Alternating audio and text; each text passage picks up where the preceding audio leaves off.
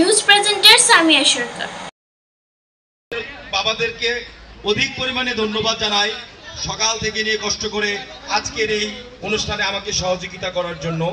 আমি শুধু বলবো, আমি যখন এই ইউনিয়ন পরিষদে প্রথম পাড়াতেই বদলি হয়ে আসি, তখন আমি সবাইকে ডেকে বলেছিলাম, এই পরিষদে এসে সবাইকে নিয়ে বলেছিলাম যে যদি আমার কোনো প্রকার কোনো ত্রুটি বের করতে পারেন বা কোনো কাজে আমার অনগ্রসরতা পান বা দুর্বলতা পান, তাহলে আমার শাস্তি আমাকে করবেন। এ দেশ তরুণদের দেশ, এ দেশ তরুণরা স্বাধীন করেছে, তরুণদের হাতে ক্ষমতা থাকবে। এখন আর ষাট টাকার প্রচলন নাই। আমি এটা আরো প্রায় চাকরি জীবনের শুরু থেকে আমি শুরু করছি। যে অফিসে গেছি কোনো স্টাফ থেকে নিয়ে কাউকে বলি নাই আমি ষাট ডাকো আমাকে। আমার স্টাফরা যারা আছে এবং আমার এখানে যারা আসে, কোনো ব্যক্তি আমার এখানে যদি আসে অফিসে আর যদি আমাকে বলে স্যার এই কাজটা করে দেন, ওনার কাজটা আমি করি না, আমি ফেলে রাখি। আপনি কথাটা উজ্জু করেন, স্যার কথাটা উজ্জু করে ভাই ডাকেন, আমি করে দেব। ভাই ডাকার মধ্যে সুয়ার্থতা আছে, হ্যাঁ, একটা আপনতা আছে, হ্যাঁ, আত্মার মধ্যে লাগে সে আমার ভাই।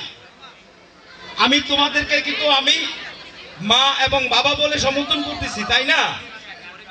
তাহলে আমাদের যেই কালচার এই তোমরাই পরিবর্তন করবে। তোমাদের মধ্য থেকে এই যে স্যার এই যে সামনে এসে দাঁড়া, হ্যাঁ, স্যারদের সামনে দাঁড়া কাঁপুনি, এগুলো থাকবে না। তরুণের উৎসব সভার সম্মানিত সভাপতি মেহেরপাড়া ইউনিয়ন পরিষদের সুযোগ্য সচিব শাহ আলম সাহিব উপস্থিত আছেন। মেহেরপাড়া ইউনিয়ন পরিষদের সম্মানিত সদস্যবৃন্দ ও বিশেষ অতিথি হিসাবে উপস্থিত আছেন মেহেরপাড়া ইউনিয়ন বিএনপির সম্মানিত সভাপতি আব্দুর রশিদ সাহেব সহ বিএনপি ও তার অঙ্গ সংগঠনের নেতৃবৃন্দ এবং বাংলাদেশ জামাত ইসলাম এর সভাপতি সাধারণ সম্পাদক ও শিবিরের সভাপতি মহোদয়, আসসালামু আলাইকুম। তারুণ্যের উৎসব সভায় আজকে আমাকে আমন্ত্রিত করার জন্য নরসিংদী সদর প্রেস ক্লাবের পক্ষ থেকে আমি সাধুবাদ জানাই, পাশাপাশি সকল নেতৃবৃন্দকে ধন্যবাদ জানাই।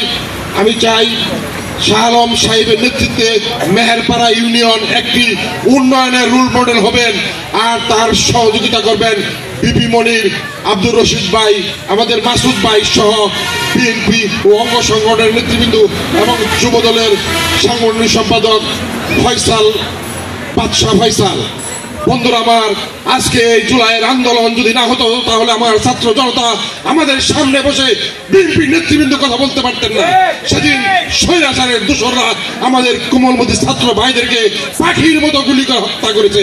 আমি নিন্দা জানাই সেই হাসিনা এবং তার দোসরদেরকে, পাশাপাশি তাদের বিচারের দাবি করে আমি আর বক্তব্য শেষ করছি। আল্লাহ হাফেজ। আমার নেতা ডক্টর মঈন খান স্যার উচ্চ শিক্ষায় শিক্ষিত, উপমহাদেশে প্রখ্যাত শিক্ষিত। উনি ডক্টরেট ডিগ্রি নিয়ে তারপরে রাজনীতিতে অংশগ্রহণ করেছে। উনি উচ্চ শিক্ষায় শিক্ষা নিয়ে তারপরে দেশ পরিচালনার কাজে অংশগ্রহণ করেছে। আজকে যারা ছাত্রছাত্রী রয়েছে তোমাদের বুঝতে হবে আগামী দিনের ভবিষ্যৎ তোমরা, আগামী দিনে এই বাংলাদেশ পরিচালনা করবে তোমরা। তোমাদের মধ্যে বাংলাদেশ সুষ্ঠুভাবে পরিচালিত হবে, এই বাংলাদেশ মাথা উঁচু করে দাঁড়াবে, বাংলাদেশ উন্নয়নের জোয়ারে বাসবে। শুধু তোমাদের মেধা বুদ্ধি দিয়ে তোমরা আগামী দিনে দেশ পরিচালনা করবে। নরসিংদী কলেজ এটা সৃষ্টি করছে মোমেন খান, মাধবদী কলেজের বিপি বলা বিপি মনির। আজকে কলেজ সৃষ্টি না হলে বিপি মনির হতো না, সেটা সৃষ্টি করছে মোমেন খান। তাই মোমেন খান স্যারের তুলনা হয় না। ওনার সুযোগ্য সন্তান ডক্টর মঈন খান স্যারের বিকল্প কোনো শক্তি হয় না। যেমন তিনি গুণে গুণান্বিত, তেমনি কাজও পরিষ্কার, শিক্ষা শিক্ষিত। যখন গোটা পাকিস্তান ছিল, এই পাকিস্তান সর্বোচ্চ মেধা তালিকা ফার্স্ট ইন্টার হয়েছিল ডক্টর মঈন খান। তখন তৎকালীন পাকিস্তানের প্রেসিডেন্ট হেলিকপ্টার দিয়ে মঈন খানকে নিয়ে এই পাকিস্তানের শহরে স্যারকে গোল্ড মেডেল পরিয়ে দিয়েছিলেন। আজকে স্যার এমপি মন্ত্রী হয়, এক ফ্যামিলিতে 3 জন এমপি হয়, 3 জন মন্ত্রী হয়, এটা আপনাদের জানার দরকার। একটা ফ্যামিলির স্যারের 2 বোন, এরা 3 জনই ঢাকা বিশ্ববিদ্যালয়ের প্রফেসর ছিলেন।